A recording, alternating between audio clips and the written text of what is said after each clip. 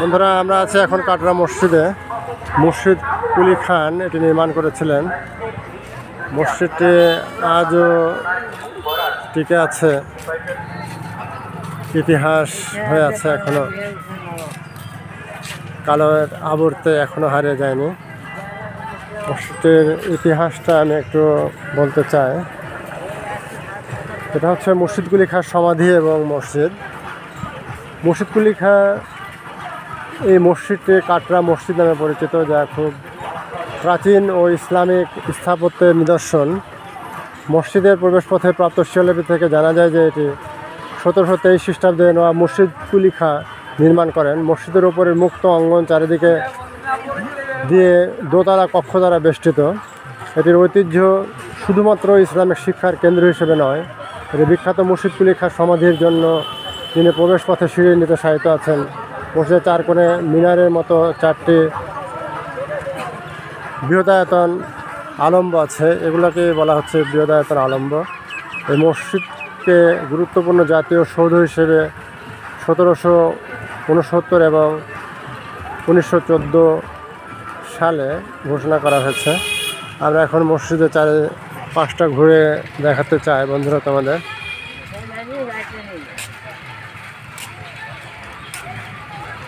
আমি আছি এখন বাংলার প্রাচীন রাজধানী মুর্শিদাবাদে। বাংলা বিহার উড়িষ্যার মহান অধিপতি ছিলেন বাংলার শেষ স্বাধীন নবাব সিরাজউদ্দৌলা। এদেশীয় কিছু কুচক্রী মহলের বদমাইশি আর ষড়যন্ত্রের কারণে তাকে ইংরেজদের কাছে পরাজিত হতে হয়েছিল। সেদিন মীর জাফর আলী খান, জগৎ শেঠ, অমিচাঁদ তারা যদি বিশ্বাসঘাতকতা না করত, তাহলে হয়তো বাংলা বিহার উড়িষ্যা তথা ভারত উপমহাদেশের মানুষকে 200 বছরের গোলামির ঘানি টানতে হতো না।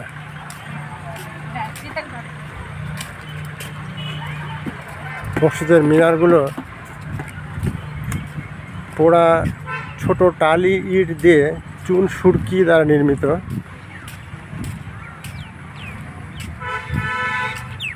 আজ থেকে 300 বছর আগে মসজিদটি নির্মিত। মাঝখানে একটি বড় গম্বুজ আছে। বিশ্বাস করতে অবিশ্বাস্য মনে হলেও বিশ্বাস করতে হবে যে আল্লাহ তার ঘরকে কিভাবে সুরক্ষিত করে রেখেছেন। এত দীর্ঘদিন পরেও মসজিদটি সগৌরবে দাঁড়িয়ে আছে।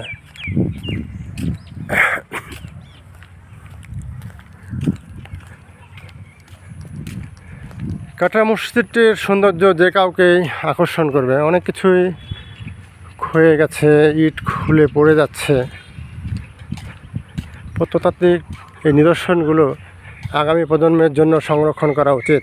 আইন সংশোধন করে এগুলোর পুনর্নির্মাণ এবং মেরামত করা উচিত আমার মনে হয়। এটা অবশ্য আমার ব্যক্তিগত অভিমত।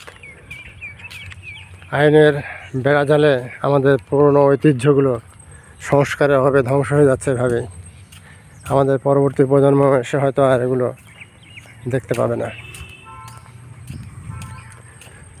মসজিদের চারিদিকে প্রাচীর দ্বারা বেষ্টিত। দেবদারু গাছগুলো মনে হচ্ছে প্রাচীরের মতো। অনেক বড় একটি চত্বর নিয়ে মসজিদটি অবস্থিত। সুন্দর রঙন ফুল ফুটে আছে। অনেক মানুষ এসছে মসজিদ দেখার জন্য।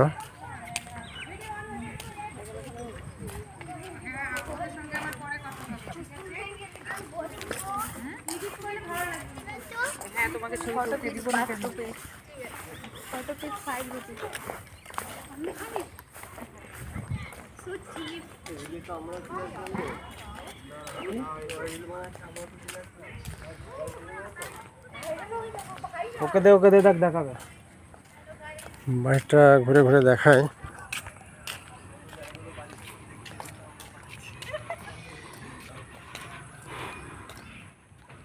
মসজিদের চারিদিকটায় এ ধরনের গম্বুজের প্রকোষ্ঠ দ্বারা বেষ্টিত।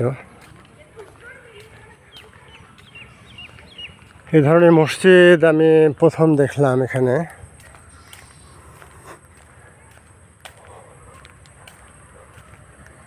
এখানকার গম্বুজটি ধ্বংস হয়ে গেছে।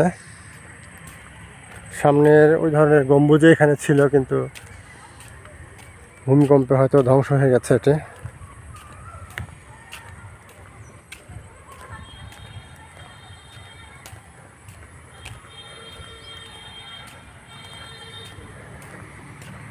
অনেক বড় একটি মসজিদ।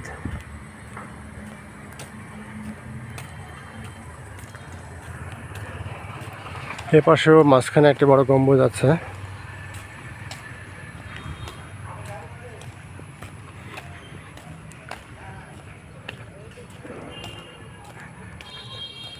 মুর্শিদ কুলি খানের নামে মুর্শিদাবাদ জেলার নামকরণ করা হয়েছে। এখানে প্রায় 40 লক্ষ মানুষের বসবাস। বাংলা, হিন্দি এবং সাঁওতালি 3টি ভাষা এখানে প্রচলিত। এখানকার তাপমাত্রা বাংলাদেশের মতোই 17 থেকে 42 ডিগ্রি ওঠানামা করে।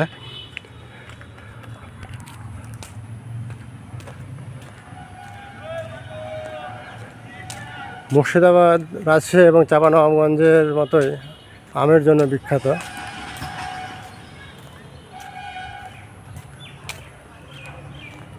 আমি সামনের দিকটা আরেকবার দেখিয়ে ভিতরটা দেখাবো তোমাদের।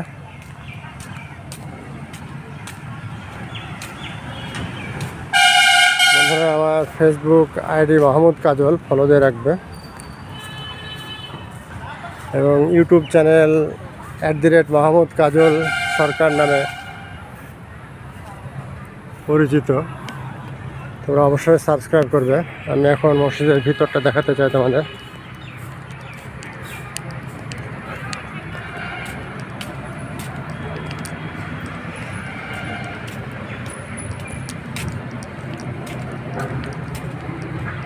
আমি এখন ভিতরে প্রবেশ করছি।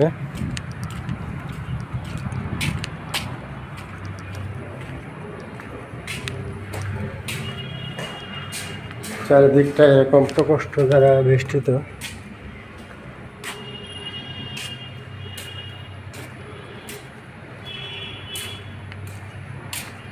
ভিতরে সুন্দর গোলাপের বাগান। এ ধরনের মসজিদ খুব কমই চোখে পড়ে। এটা হচ্ছে মূল মসজিদ।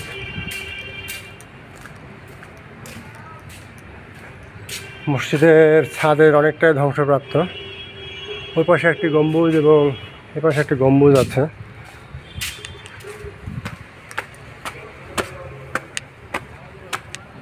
হ্যাঁ, পিছনে সুন্দর খোলা একটি চত্বর। এখানেই মূলত অনেক মানুষ নামাজ পড়তে পারবে। এখানে একটি গম্বুজ এবং গম্বুজটি ওই সাইডে একটি এখনো টিকে আছে।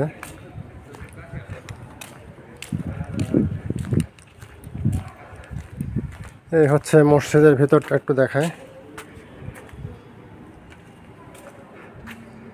এই গম্বুজটি এবং পাশের গম্বুজটি টিকে আছে, আর মাঝখানের গম্বুজগুলো সবই ধসে পড়ে গেছে। এই হচ্ছে কাটরা মসজিদের করুণ অবস্থা এখন। তারপরে 300 বছর ধরে টিকে আছে, এটাই আল্লাহকে অশেষ ধন্যবাদ জানাই। আলহামদুলিল্লাহ। মসজিদটি দেখার খুব ইচ্ছা ছিল, আমরা দেখলাম, তোমাদেরও একটু দেখালাম। তোমরা অবশ্যই চ্যানেলটিকে সাবস্ক্রাইব করবে এবং আমার ফেসবুক আইডিটা ফলো দিয়ে রাখবে। Okay guys, thanks for watching my page.